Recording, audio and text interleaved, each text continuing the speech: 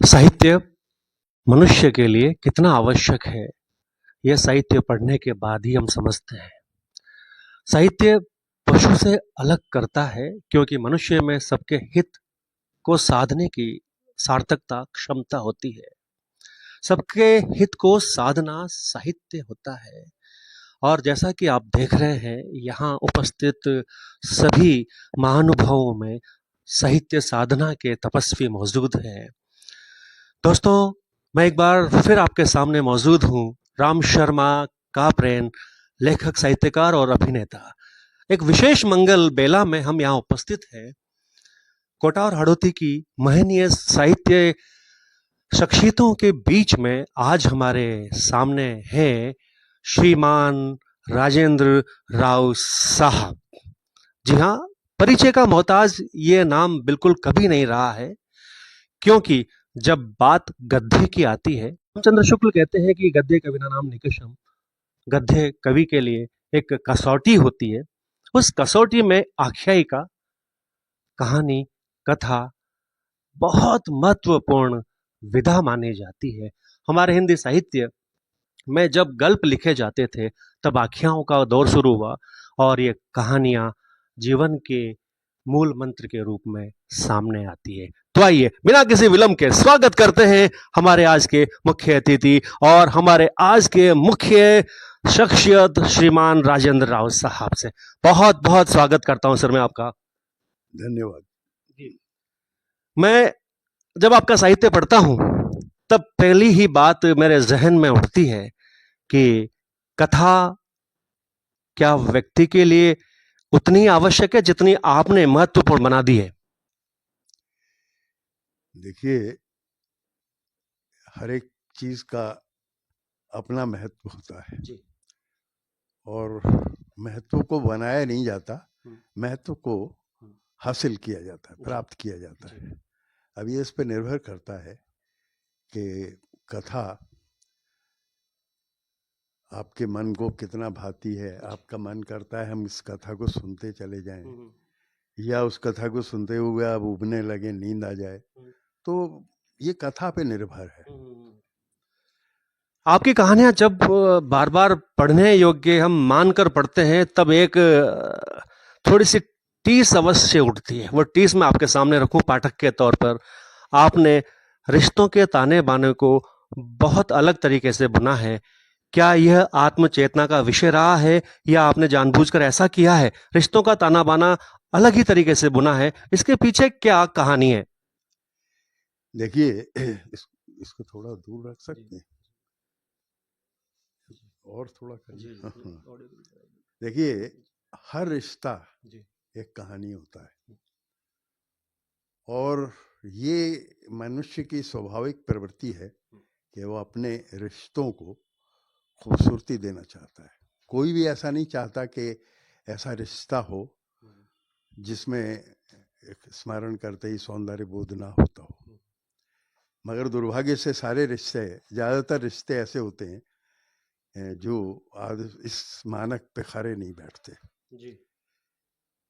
तो उन रिश्तों को किस तरह से खूबसूरत बनाया जाए, इसके लिए उन रिश्तों का मूल्यांकन या उनको देखने का अंदाज वो बदल दिया जाता है।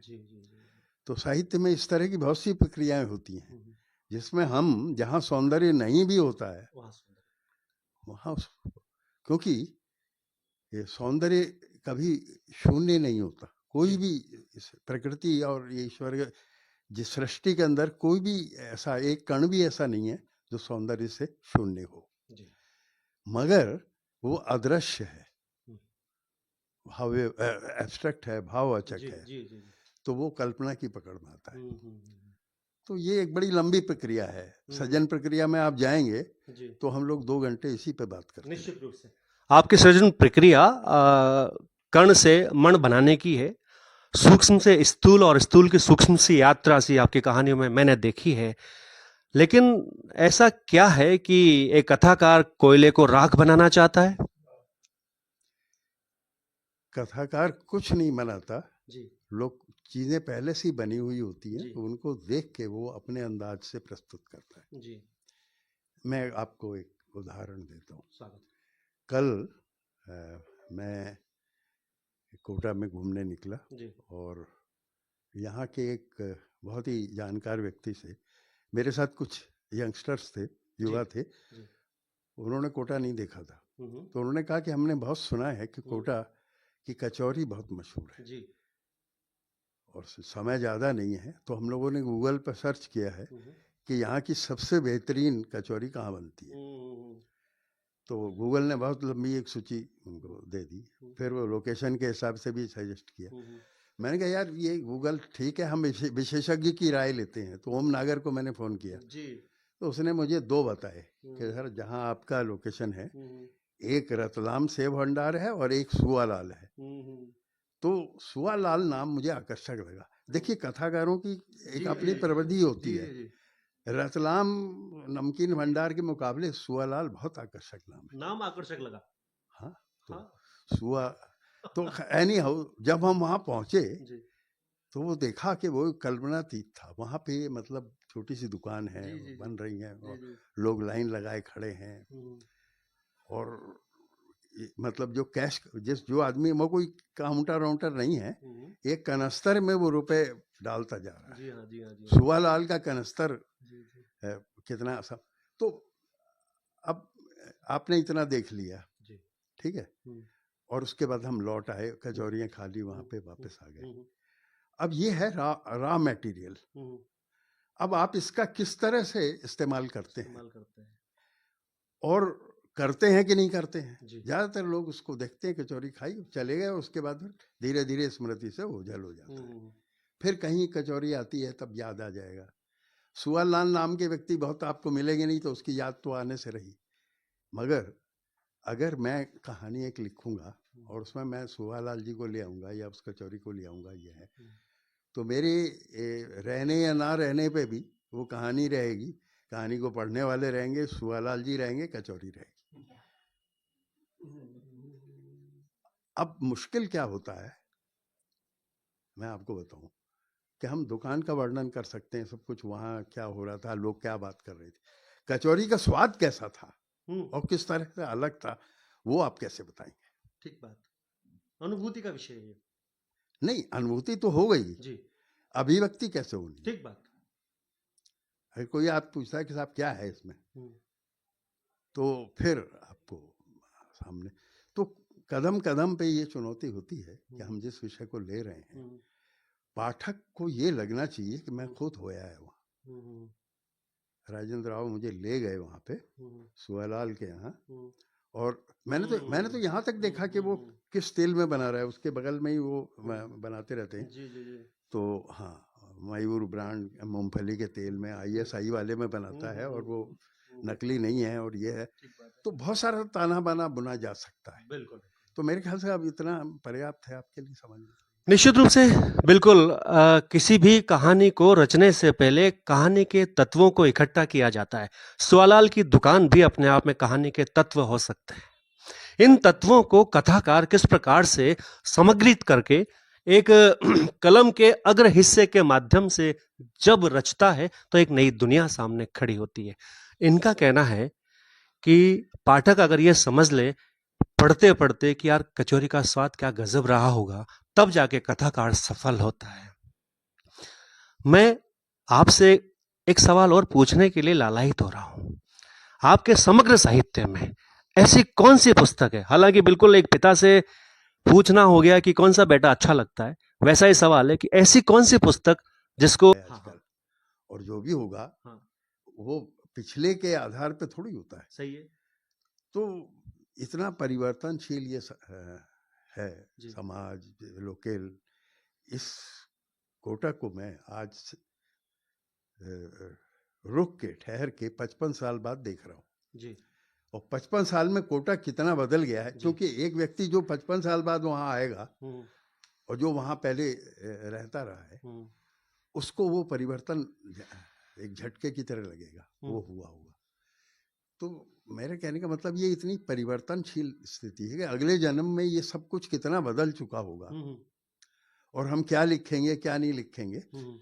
तो ये इसके लिए अभी से बहुत ज़्यादा चिंता करने की जरूरत नहीं है। अभी जो लिख रहे हैं, आगे का क्या है, क्या प्रोजेक्ट है, आगे लिखेंगे कि नहीं लिखेंगे, तो ये सब बातें। देखो, लिखना तो लाजमी है, क्योंकि जब इतनी लंबी यात्रा है तो निश्चित रूप से सांस कब रुकेगी उसके तक तो कलम नहीं रुकने वाली, ये तो तय है।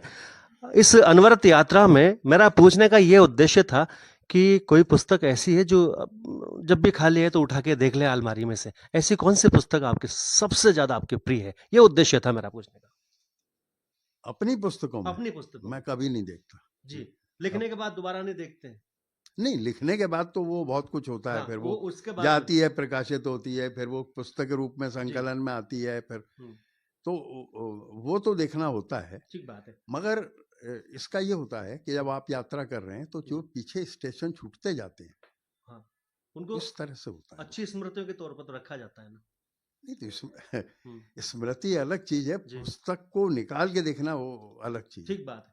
जब आप कोटा पिछले कालखंड में जब भी आप पधारे, और कोटा में इतना बदलाव निश्चित रूप से भौतिक और सांस्कृतिक बदलाव होते जा रहे हैं, यहाँ के कोटा के साहित्यकारों में से किन किन को उस दौर में और आज भी सक्रिय पाते हैं, अर्थात आपके प्रिय साहित्यकार हाड़ौती में से कौन, अगर हम नाम लेना चाहें उस वक्त की यात्रा में से और आज तक की यात्रा में से?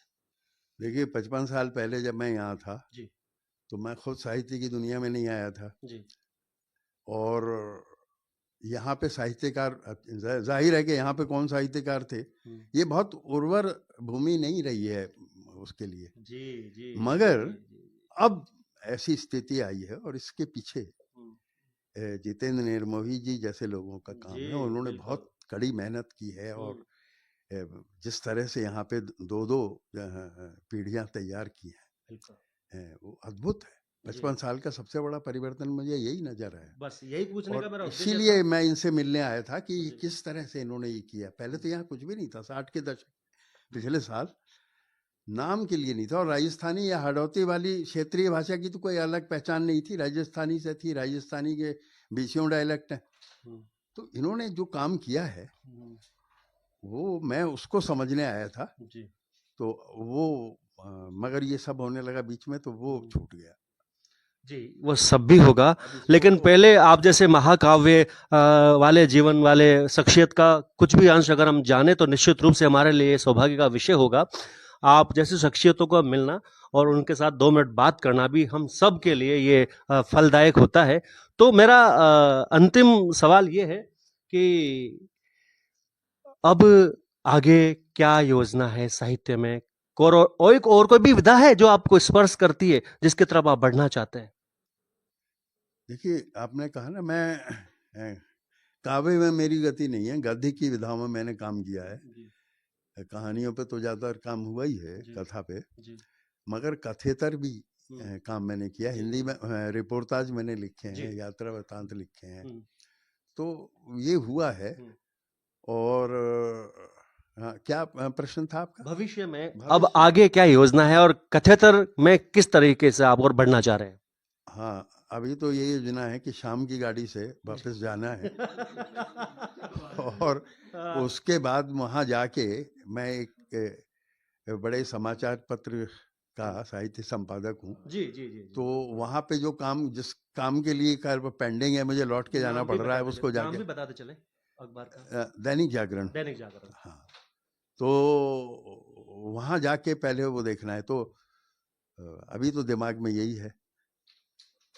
देखिए, ये लेखन के लिए बहुत तो मुश्किल होता है, कम से कम मेरे लिए तो। क्या मैं कल क्या लिखूंगा, ये अभी तय नहीं है। आज तय नहीं है, कल का नहीं, चल तो रहा है वो जी। मगर जैसे आपने देखा होगा कि रॉ फुटेज बहुत सारी कर ली जाती है, उसको फिर एडिट कर करके होता है, कई बार उसको रिजेक्ट भी कर देते हैं। तो ये है, हो सकता है कि आप जिस तरह से मेरा साक्षात्कार कर रहे हैं वो बड़ी अनोखी तरीके का है।